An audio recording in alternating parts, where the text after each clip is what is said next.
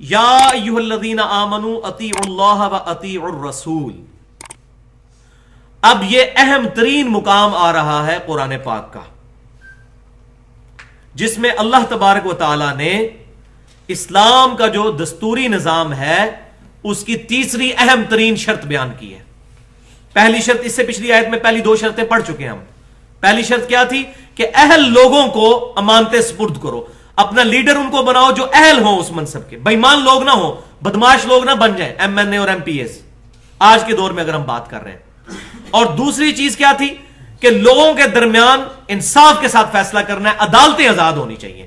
اب یہ تیسری اہم ترین شرط آ رہی ہے، یا ایھا الذین آمنوا اطیعوا اللہ و اطیعوا الرسول. اے ایمان والو اطاعت کرو اللہ کی اور اطاعت کرو اس کے رسول کی صلی اللہ علیہ وسلم.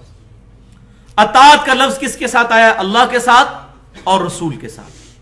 اب تیسری بھی ایک اطاعت کا ذکر آ رہا ہے بیچ میں، لیکن وہ مشروط اطاعت ہے. ایبسولوٹ اطاعتیں، غیر مشروط اطاعتیں دو ہی ہیں، اطیعوا اللہ و اطیعوا الرسول. اللہ کا حکم مانو، رسول کا حکم مانو. اور آج ہمارے سامنے اللہ اور اس کا رسول انسٹیٹیوشن کے اعتبار سے ہوں گے. نبی صلی اللہ علیہ وسلم بھی ہمارے سامنے موجود نہیں ہے، اللہ تبارک و تعالیٰ ہماری نگاہوں کے سامنے نہیں ہے. وہ ہمیں ضرور دیکھ رہا ہے لیکن ہم نہیں اس کو دیکھ سکتے. تو اللہ تبارک و تعالیٰ اور اس کے محبوب صلی اللہ علیہ وسلم کی اطاعت کا مطلب کیا ہوا؟ کتاب اللہ کی اطاعت اور سنت جو صحیح احادیث سے ڈرائیوڈ ہو اس کی پیروی کی جائے. تو یہ دو ایبسولوٹ چیزیں جو ہیں اس کے اندر بیان ہوئی ہیں. یا ایھا الذین آمنوا اطیعوا اللہ و اطیعوا الرسول. اے ایمان والو اطاعت کرو اللہ کی اور اطاعت کرو رسول کی صلی اللہ علیہ وسلم. وَأُولِي الْأَمْرِ مِنْكُمْ. اور جو تم میں حکمران ہو، اولو الامر ہو، جس کا حکم چلتا ہو، جس کا امر چلتا ہو، اس کی بھی تم نے اطاعت کرنی، یعنی خلیفۃ المسلمین کی، یا جو بھی حکمران ہوگا مسلمانوں کا اس کی بھی اطاعت کرنی ہے. لیکن یہ جو تیسری اطاعت ہے یہ مشروط ہے. حکمران کے ساتھ آپ جھگڑا کر سکتے ہیں. فَإِن تَنَازَعْتُمْ فِي شَيْءٍ فَرُدُّوهُ إِلَى اللَّهِ وَالرَّسُولِ. اسی آیت میں آ گیا اگر تمہارا حکمران کے ساتھ کسی معاملے میں جھگڑا ہو جائے تو اپنے مسئلے کو پلٹا دو اللہ اور اس کے رسول کی طرف، یعنی کتاب اللہ کی طرف اور سنت کی طرف.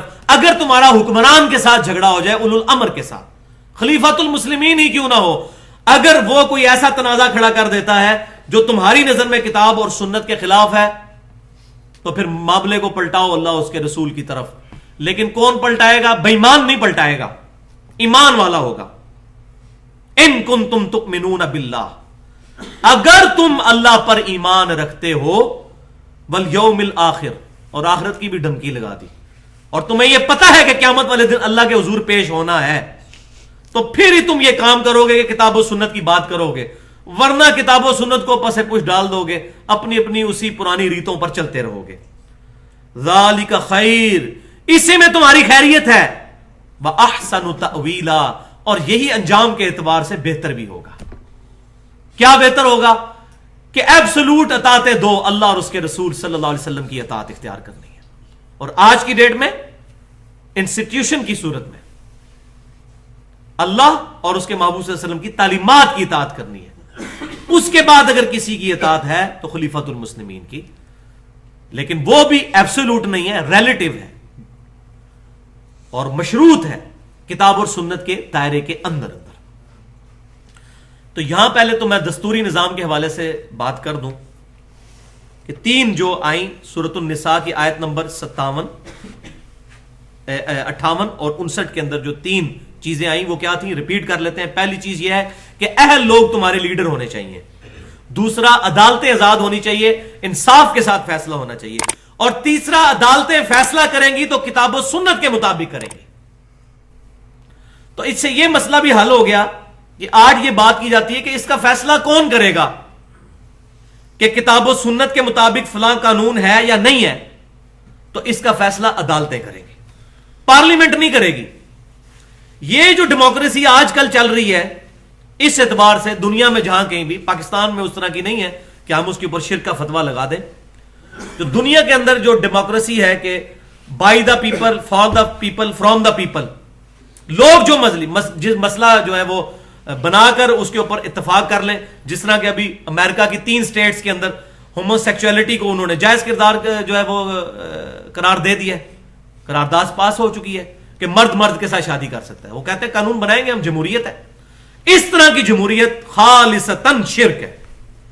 لیکن اگر جمہوریت اس طرح کی ہے کہ اسلام کے قوانین کا فیصلہ اسلامی نظریاتی کونسل کے ذریعے, عدالتوں کے ذریعے امپلیمنٹ ہو رہا ہو اور پارلیمنٹ کو کوئی دخل نہ ہو اس کے اندر, پارلیمنٹ صرف اس کو منظور کرے گی, عدالت فیصلہ کر دے گی کہ یہ چیز کتاب و سنت کے, اور عدالت میں دلائل دیں گے اہل علم جا کر, فاسألوا اہل الذکر ان کنتم لا تعلمون, اگر تمہیں علم نہیں ہے تو اہل علم سے پوچھ لو.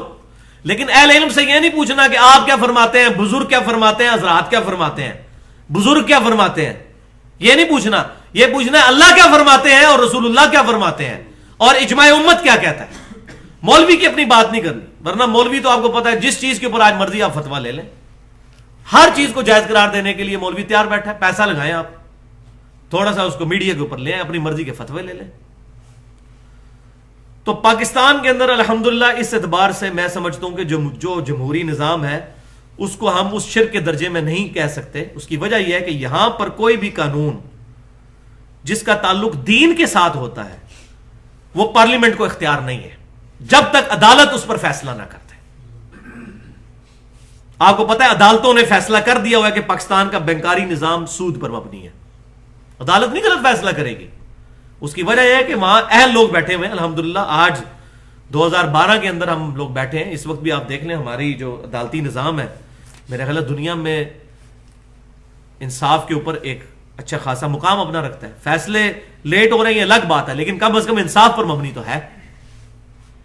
عوام کی بنائی ہوئی یہ اس وقت کورٹ چل رہی ہیں, چیف جسٹس کا بحال ہونا اور یہ تمام معاملات ہمارے سامنے ہیں. تو کوئی بھی ایسا قانون جو کتاب و سنت کے خلاف ہوگا وہ عدالت میں چیلنج ہو سکتا ہے. پارلیمنٹ کو کوئی اختیار نہیں ہے, نہ سینٹ کو نہ قومی اسمبلی کو, کہ اسلام سے ریلیٹڈ کوئی قانون پاس کرے. ہاں اسلام سے ہٹ کر کوئی قوانین ہیں جو ہمارے دنیاوی معاملات کو چلانے کے لیے ٹریفک کے قوانین ہو سکتے ہیں اور مختلف قوانین ملک کے اندر ہو سکتے ہیں, کسٹم کے قوانین ہو سکتے ہیں, اس میں ٹھیک ہے کتاب و سنت کی مخالفت نہ ہے. باقی یہ ہے کہ کوئی قانون بنا سکتا ہے, اس میں کوئی حرج نہیں ہے. تو اس اعتبار سے جو بعض یہ دو ایکسٹریمز ہیں, ایک ایکسٹریم پہ وہ لوگ ہیں جو جمہوریت کو مطلقاً شرک کہتے ہیں, تو پاکستان کی جمہوریت کے اوپر ہم شرک کا فتویٰ نہیں لگا سکتے. یہ اسلامی نظام نہیں ہے. اسلامی نظام تو سعودی عرب میں بھی نہیں ہے, وہ بھی ملوکیت ہے. اسلامی نظام تو 40 ہجری کے بعد ختم ہو چکا, سیدنا علی کی شہادت کے بعد ملوکیت شروع ہو چکی, ملک عاضن کاٹ کھانے والی ملوکیت. اب تو امام مہدی جو ہے رضی اللہ تعالیٰ عنہ وہ آئیں گے تو پھر شاید خلافت جو ہے اس وقت تک تو نظر نہیں آ رہا. اس وقت تو ہمیں احادیث سے وعدے ہیں کہ پوری دنیا کے اندر جو ہے وہ خلافت کا نظام قائم ہو جائے گا. اس سے پہلے تو شاید والی بات ہے. تو اس وقت جو نظام پاکستان کے اندر ہے تو اس کے اوپر مطلقاً اس طرح کی فتویٰ بازی بعض لوگ کرتے ہیں, تو ایسا نہیں کرنا چاہیے, بڑی احتیاط کی ضرورت ہے. اب بعض بدقسمت لوگ ایسے بھی ہیں کہ جنہوں نے اس آیت کو اپنے ذاتی مقاصد کے لیے استعمال کیا ہوا ہے. Nothing to do with that. اس آیت کا اس کے ساتھ ڈائریکٹلی تعلق ہی کوئی نہیں تھا, لیکن اس میں سے تقلید ثابت کی ہوئی ہے. ظلم کی انتہا یہ ہے کہ جو چیزیں تقلید کے رد کے اوپر ہیں ان کے ساتھ تقلید ثابت کی جاتی ہے. وہ عمر بن عبدالعزیز کا قول مجھے یاد آ گیا. وہ فرمایا کرتے تھے منکرین تقدیر سے کہ اے قدریہ کے گروہ, جن آیات کو پڑھ کر صحابہ کرام علیہم رضوان تقدیر ثابت کیا کرتے تھے, تم انہی آیات کو پڑھ کے تقدیر کا انکار کرتے ہو. اور یہی بالکل ہو رہا ہے. اس آیت سے امام حنیفہ کو بیچ میں ڈالا ہوا ہے لوگوں نے, کسی نے امام شافعی کو ڈالا ہوا ہے, امام مالک کو ڈالا ہوا ہے. بھائیو ان کے نام کوئی نہیں اس میں لکھے ہوئے, یہ آیت آپ کے بالکل سامنے ہے. اس سے اجتہاداً مسئلہ نکالنا وہ الگ بات ہے, لیکن وہ کہتے ہیں اولو الامر سے مراد جو ہے امام حنیفہ ہے رحمۃ اللہ علیہ. اب امام حنیفہ بیچاروں کا کوئی قصور نہیں ہے, ان کی تو جرت ہی نہیں تھی وہ اس طرح کی بات کرتے کہ میں یہ ہوں. یہ تو پیچھے لوگوں نے منسوب کیا ہے. عیسیٰ علیہ السلام کے ساتھ اگر چیزیں غلط منسوب ہو چکی ہیں, عیسیٰ علیہ السلام کا کوئی قصور نہیں, ہم ان کا احترام کرتے ہیں. ایک بہت بڑا بلنڈر میں آپ کو چھوٹی سی بات بتا دیتا ہوں. امام مالک کے بارے میں پوری دنیا کے مالکی, پوری دنیا کے حنفی, شافعی, حنبلی سارے کہتے ہیں کہ امام مالک رحمت اللہ علیہ ہاتھ چھوڑ کر نماز پڑھنے کے قائل ہیں. سفید جھوٹ ہے. ان کی اپنی کتاب دنیا میں موجود ہے الموطا امام مالک, اس میں پورا چیپٹر ہے. اور یہ وہی حدیث ہے جو امام بخاری امام مالک سے لے کے آیا صحیح بخاری کے اندر کہ نبی صلی اللہ علیہ وسلم کے زمانے میں ہمیں حکم دیا جاتا تھا کہ اپنا دایاں ہاتھ بائیں زرہ پر رکھیں. اور امام مالک رحمۃ اللہ علیہ نے اس میں یہ بات نقل کی ہے کہ تمام نبیوں کی سنت یہ ہے کہ دایاں ہاتھ بائیں ہاتھ پہ رکھا جائے نماز کے اندر, دایاں ہاتھ بائیں زرہ کے اوپر. اب امام مالک کی اپنی کتاب میں تو یہ لکھا ہوا ہے, اور مالکی کیا کر رہے ہیں. بس اب آپ سمجھ لیں کہ امام حنیفہ رحمۃ اللہ علیہ کی بھی اگر کوئی کتاب آج دنیا میں موجود ہوتی صحیح سند کے ساتھ تو آج یہ معاملے حل ہو چکے ہوتے ہیں.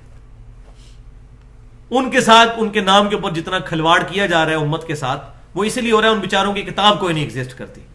امام احمد بن حنبل کی کتاب بھی موجود ہے, مسند امام احمد. امام شافعی کی مسند امام شافعی موجود ہے. امام مالک کی الموطا امام مالک موجود ہے. امام بخاری کی اپنی صحیح بخاری موجود ہے, صحیح مسلم موجود ہے. اس طرح ائمہ کرام کی کتابیں موجود ہیں. اس لیے ان کے بارے میں کوئی بات کرنی وہ ہم دیکھ سکتے. تو امام مالک والا بلنڈر دیکھ لیں کتنا بڑا ہے. الموطا امام مالک میں کیا لکھا ہے اور ماننے والے کیا کر رہے ہیں. اس سے بڑا کوئی تماچا نہیں ان لوگوں کے منہ کے اوپر جو یہ کہتے ہیں کہ امام مالک ہاتھ چھوڑ کے نماز پڑھتے تھے, تو لہٰذا ہم بھی کرتے ہیں یہ. تو امام مالک کی کتاب جب صحیح حالت میں موجود ہے تب بھی لوگ ان کو صحیح فالو نہیں کر رہے. آگے امام حنیفہ کی فقہ کے ساتھ کیا کھلواڑ ہوا ہوگا وہ آپ خود ہی سمجھ جائیں, جس کی کتاب ہی کوئی نہیں ہے. تو یہاں پر میں یہ گفتگو بھی تھوڑی سی تقلید کے حوالے سے کرنا چاہتا ہوں. تو تقلید کی ڈیفینیشن کیا ہے؟ عربی ڈکشنری القاموس کے مطابق تقلید کہتے ہیں بغیر سوچے سمجھے, بغیر دلیل کے کسی شخص کی پیروی کرنی شروع کر دی جائے. اب یہ تعریف ہی کتنی خطرناک ہے, بغیر دلیل کے, بغیر سوچے سمجھے. اس کو پنجابی میں کہتے ہیں لائی لگ. صحیح ٹرانسلیشن ہے لائی لگ, لائی لگ بن جاؤ. اور قرآن کیا کہہ رہا ہے؟ فَأْتُوا بُرْهَانَكُمْ إِن كُنتُمْ صَادِقِينَ, لاؤ اپنی دلیل اگر تم سچے ہو. ہاتھو برہانکم ان کنتم صادقین, لاؤ اپنی دلیل اگر تم سچے ہو. اور اس کا پھر کلائمیکس آیا سورۃ الاحقاف کے اندر, ایتونی بکتاب من قبل ھذا او اثارۃ من علم ان کنتم صادقین. اے محبوب صلی اللہ علیہ وسلم ان سے فرمائیے, 26ویں پارے کا پہلا صفحہ ہے یہ آیت, کہ اگر تم سچے ہو اس کتاب پر نہیں تو اس سے پہلے جو کتابیں نازل ہوئی ہیں ان کو لے آؤ, یا انبیاء کے آثار, کوئی احادیث چلتی آ رہی ہو تمہارے انبیاء کی, اگر تم سچے اس میں سے بات کرو. زبانی کلامی نہ بات کرو کہ اتنے بڑے بڑے بزرگ پاگل ہیں, بزرگوں کی تو تعلیمات ہی کوئی نہیں محفوظ, ان کے ساتھ اس طرح کی غلط چیزیں منسوب کر دینا. تو اس آیت سے وہ کہتے ہیں اولو الامر منکم سے مراد علماء ہیں کہ ان کی بھی تو ٹھیک ہے مان بھی لی جائے, تو پھر بھی وہی, پھر بات اگلا بھی فتویٰ ان پر بھی وہی لگے گا کہ عالم کی بات بھی بغیر دلیل کے نہیں ہوگی. فَإِن تَنَازَعْتُمْ فِي شَيْءٍ, اگر تمہارا تنازع ہو جائے گا, فَرُدُّوهُ إِلَى اللَّهِ وَرَسُولِهِ, تو اللہ رسول سے ہی فیصلہ کروانا ہوگا, لیکن بے ایمان نہیں کرائے گا. إِن كُنتُمْ تُؤْمِنُونَ بِاللَّهِ وَالْيَوْمِ الْآخِرِ, جو اللہ پر ایمان رکھے گا اور یوم آخرت پر ایمان رکھے گا وہی کرے گا. بے ایمان تو کبھی نہیں فیصلہ کروائے گا. جس کا اللہ رسول پر ایمان ہی کوئی نہیں ہے اس کو اللہ رسول کے ساتھ کوئی انٹرسٹ ہو ہی نہیں سکتا. تو یہاں پر میں کچھ مثالیں بھی دینا ضروری سمجھتا ہوں تاکہ ہمارے اسلاف کا جو نظریہ ہے وہ کیا تھا. بخاری اور مسلم کی متفق علیہ حدیث ہے, سب سے بہترین زمانہ میرا, پھر میرے صحابہ کا, پھر ان کا جو ان کو دیکھیں یعنی تابعین, پھر ان کا جو ان کو دیکھیں یعنی تبع تابعین, اور پھر فرمایا اس کے بعد جھوٹے لوگ پیدا ہوں گے, امانت میں خیانت کرنے والے لوگ پیدا ہوں گے. تو پہلے 300 سال کی گارنٹی نبی صلی اللہ علیہ وسلم نے خود دی ہے. ہمارے اس میں پورا لیکچر بھی ہے, آج سے تقریباً 2.5-3 سال پہلے, اسلاف کا نظریہ اسلام. انشاءاللہ اس ربیع الاول میں اس کو مزید ریفائن کر کے ریپیٹ بھی کریں گے. ہمارے اصل اسلاف کون ہے, ہمارے اصل بزرگان دین کون ہے؟ پہلے 300 سال. بخاری اور مسلم کی متفق علیہ حدیث ہے, جو شخص آج زندہ ہے 100 سال نہیں گزریں گے کہ اس پر قیامت قائم ہو جائے گی, یعنی اس کی موت آ جائے گی. عبداللہ بن عمر کہتے ہیں نبی صلی اللہ علیہ وسلم کا کہنے کا مقصد یہ تھا, یہ مسلم میں الفاظ ساتھ موجود ہیں, کہ صحابہ اکرام کا قرن, صحابہ کا زمانہ 100 سال کے اندر ختم ہو جائے گا. پہلے 100 سال میں تمام صحابہ فوت ہو گئے, آخری صحابی 110 ہجری میں, نبی صلی اللہ علیہ وسلم کی وفات کے 100 سال بعد ابو طفیل عامر بن واصلہ رضی اللہ تعالیٰ عنہ فوت ہوئے. دوسرے 100 سال میں سارے تابعین فوت ہو گئے, تیسرے 100 سال کے اندر تمام تبع تابعین. تو یہ قرون اولا ہیں, 3 بہترین قرن, قرن عربی میں کہتے ہیں زمانے کو, ان کے اندر کوئی اتنا ایشو نہیں تھا. آپ ڈیٹیل پڑھیں حجت اللہ البالغہ میں, شاہ ولی اللہ دہلوی رحمۃ اللہ علیہ لکھتے ہیں کہ پہلے 300 سال تک یہ معاملہ نہیں تھا. اس کے بعد 4تھی صدی کے اندر بدعت امت کے اندر بہت بڑی بدعت, دین کے بگاڑ میں سے ایک بڑا سبب، یہ ہیڈنگ بنائی ہے انہوں نے، دین کے بگاڑ میں سے ایک بڑا سبب اماموں کی اندھی تقلید شروع ہو گئی پہلے 300 سال گزرنے کے بعد. اور حضور صلی اللہ علیہ وسلم نے پہلے ہی فرما دیا تھا امانت میں خیانت ہوگی اور جھوٹے لوگ پیدا ہوں گے. اب میں کچھ مثالیں احادیث سے بیان کرنا ضروری سمجھتا ہوں ہمارے اسلاف کا کنسپٹ کلیئر ہو. صحیح بخاری اور مسلم کی متفق علیہ حدیث ہے. پہلی مثال کہ سیدنا ابو ہریرہ رضی اللہ تعالیٰ عنہ مسجد نبوی میں بیٹھے ہوئے تھے، سیدنا حسان بن ثابت رضی اللہ تعالیٰ عنہ وہاں بیٹھے ہوئے کچھ نعتیہ اشعار پڑھ رہے تھے. تو حضرت عمر فاروق رضی اللہ تعالیٰ عنہ وہاں سے گزرے تو انہوں نے ان کو بڑی تیکھی نظروں سے دیکھا. تو سیدنا حسان بن ثابت رضی اللہ تعالیٰ عنہ نے کہا اے عمر مجھے اس طرح نہ دیکھ، تجھ سے بہتر شخص اس مسجد میں بیٹھا ہوتا تھا اور میں ان کے سامنے بھی یہ اشعار پڑھا کرتا تھا، انہوں نے مجھے کبھی منع نہیں فرمایا، یعنی نبی صلی اللہ علیہ وسلم. تو حضرت عمر جو ہے وہ ایک دم متوجہ ہوئے، انہوں نے کہا اس کی دلیل پیش کرو. انہوں نے کہا یہ ابو ہریرہ بیٹھے ہوئے ان سے پوچھئے.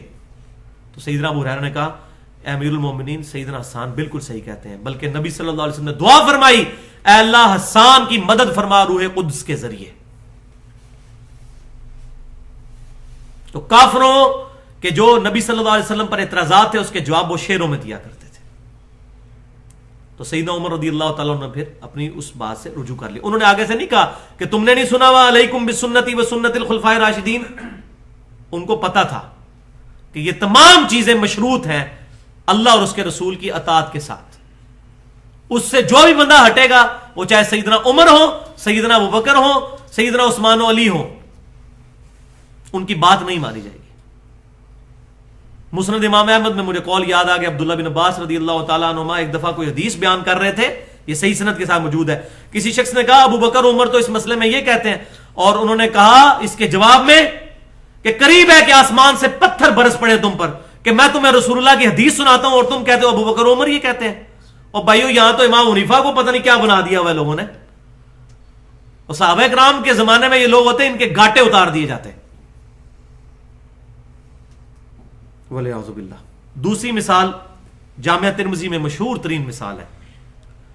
سیدنا عبداللہ بن عمر رضی اللہ تعالیٰ عنہما کو کسی نے بتایا کہ آپ کے والد امیر المومنین سیدنا عمر حج تمتع سے منع کرتے ہیں. حج تمتع یہ ہوتا ہے ایک ہی سفر میں حج اور عمرے کو جمع کر لیں. پہلے عمرہ کر کے احرام کھول دینا پھر حج کے لیے احرام باندھنا، یعنی ایک ہی سفر میں فائدہ اٹھا لینا. تو عبداللہ بن عمر رضی اللہ تعالیٰ عنہما نے فرمایا کہ یہ بتاؤ اگر ایک معاملے میں رسول اللہ کچھ بات ارشاد فرمائے اور میرے والد اس کی مخالفت میں کوئی بات کرے تو میرے والد کی بات مانی جائے گی یا رسول اللہ کی؟ تو اس نے کہا رسول اللہ کی.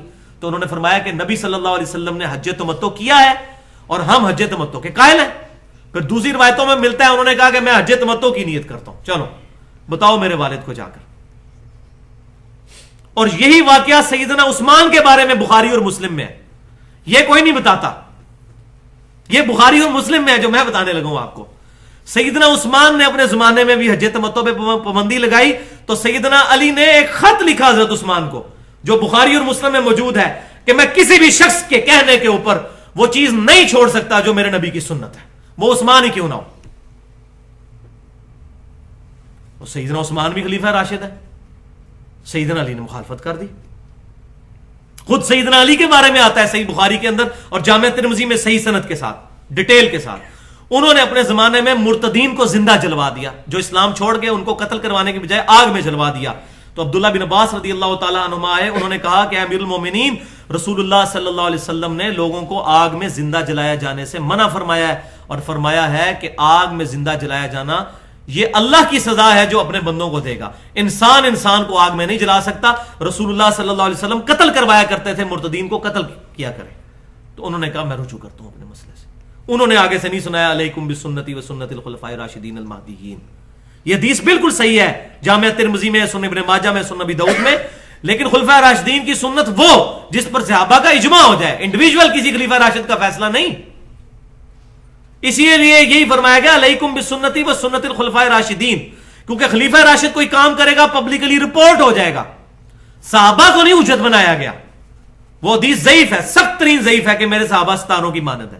ورنہ بخاری شریف میں موجود ہے عبداللہ بن مسعود قل اعوذ برب الفلق اور قل اعوذ برب الناس کو قرآن کا حصہ نہیں مانتے تھے، تو ہم بھی قرآن پاک سے نکال دیں اس کو. تو صحابہ کا اجماع حجت ہے، کیونکہ المستدرک للحاکم میں صحیح سند کے ساتھ حدیث ہے، میری امت کبھی گمراہی پر جمع نہیں ہوگی، کتاب العلم حدیث نمبر 399۔ پوری امت کا اجماع جو ہوگا وہ حجت، صحابہ کا اجماع، اور اجماع رپورٹ ہوگا خلفائے راشدین کے ذریعے سے۔ تو یہاں پر میں ایک مثال بیان کرنا ضروری سمجھتا ہوں کہ یہ مسئلہ صرف صحابہ تک نہیں رہا، قرون اولیٰ کے دور کے اندر بھی ایسے ایسے مجاہدین گزرے ہیں جنہوں نے اعلان حق بلند کیا۔ جامعہ ترمذی میں صحیح سند کے ساتھ حج کے چیپٹر میں موجود ہے کہ امام وقی رحمۃ اللہ علیہ، جو کہ امام حنیفہ رحمۃ اللہ علیہ کے شاگرد تھے، انہوں نے کسی مجلس میں بیان کیا جس مجلس میں ابو صائب بیٹھے ہوئے تھے رحمۃ اللہ علیہ، اور امام ترمذی کہتے ہیں میں نے ابو صائب سے یہ بات خود سنی ہے کہ ایک مجلس میں امام وقی رحمۃ اللہ علیہ یہ مسئلہ بیان کر رہے تھے کہ اشعار کرنا سنت ہے۔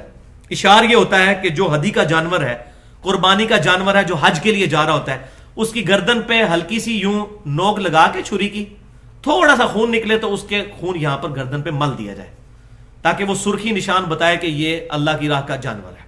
یہ نبی صلی اللہ علیہ وسلم کی سنت ہے۔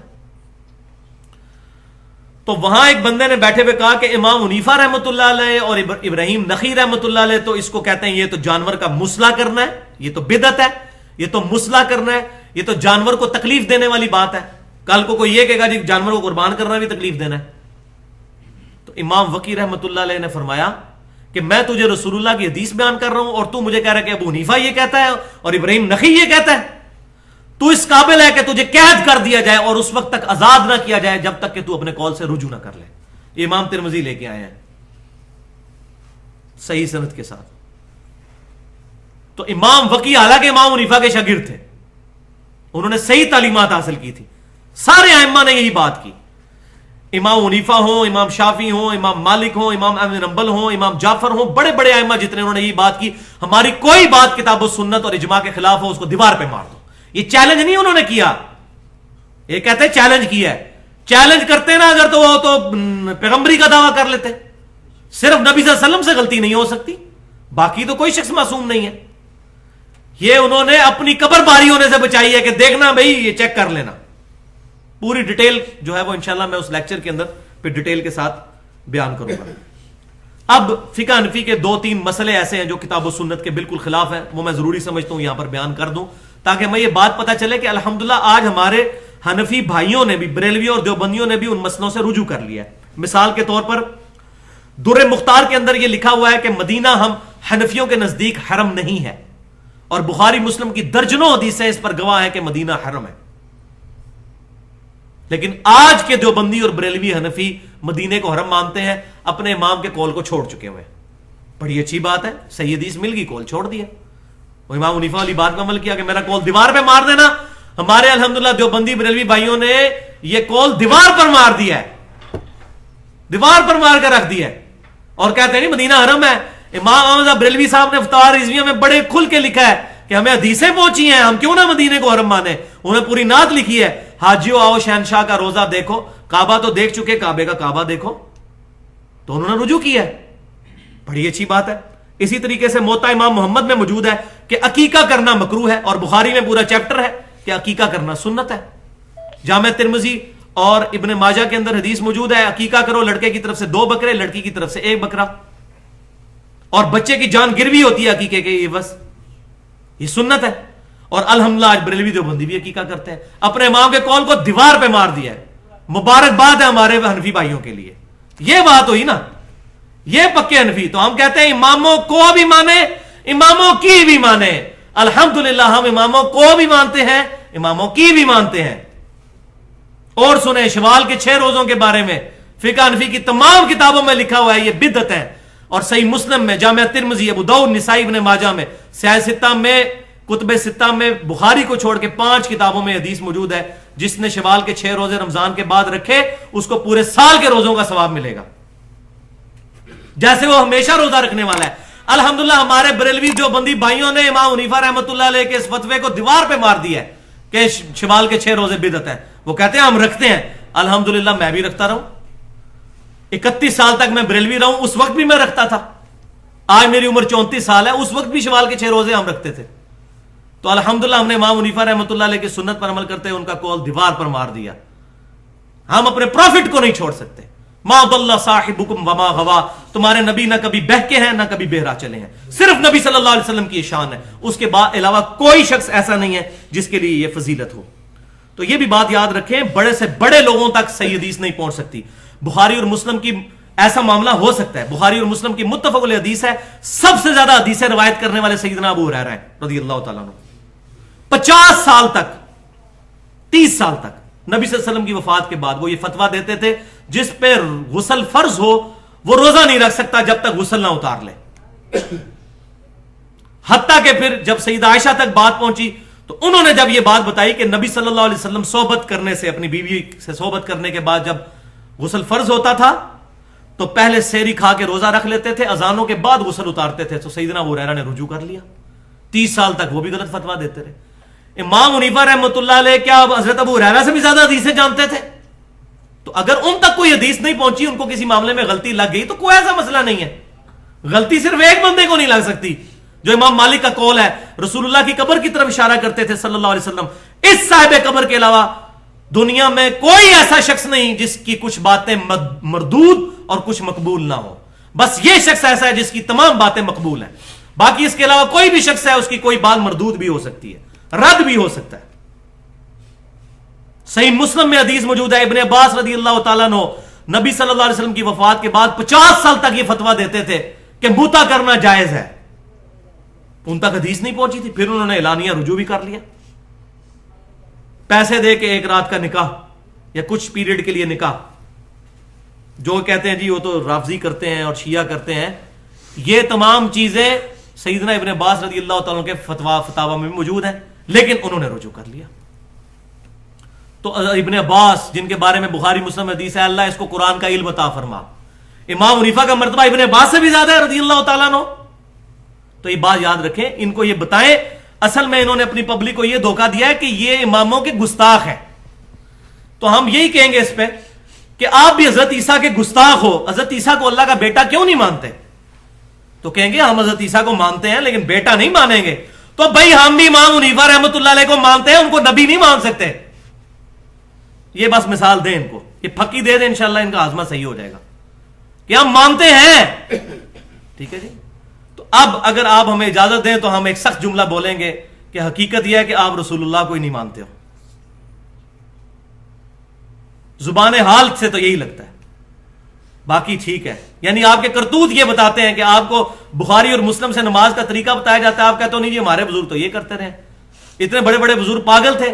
تو ہم پھر کہتے ہیں کہ واقعی شاید آپ کی بات صحیح ہو کہ یا تو وہ پاگل تھے اور یہی ایک ذریعہ ہے ان کو اللہ کے عذاب سے بچانے کا, آپ کے بزرگوں کو. اب ظاہر ہے کہ کوئی اگر کلمہ پڑھواتا ہے لا الہ الا اللہ اشرف علی تھانوی رسول اللہ, تو اگر پاگل ہوگا تو تبھی بچے گا قیامت والے دن. اگر جان بوجھ کے کیا تو سیدھا دوزخ میں. تو یہ بالکل صحیح کہتے ہیں کہ بارے بزرگ پاگل تھے, ہم کہتے ہیں بالکل. پھر اگر یہی کچھ تھا تو پاگل تھے اگر جنت میں ان کو پہنچانا ہے, اور اگر جان بوجھ کے انہوں نے کیا ہے تو پھر آپ خود ہی سمجھ لیں وہ کدھر جائیں گے. لا الہ الا اللہ چشتی رسول اللہ ولیاعوذ باللہ تعالی. تو ہمارا پورا ریسرچ پیپر اس پہ آ چکا ہے, اندھا دھند پیروی کا انجام, اہل سنت پاک.com کے اوپر یہ پڑا ہوا ہے. سبحانک اللہم و بحمدک اشہد ان لا الہ الا انت استغفرک و اتوب الیک. جو حق بات ہوئی اللہ تعالی ہمارے دلوں میں راسخ فرمائے, کوئی غلط بات میرے منہ سے نکل گئی تو اللہ تعالی ہمارے دلوں سے محو کر دے. وما علینا الا البلاغ المبین.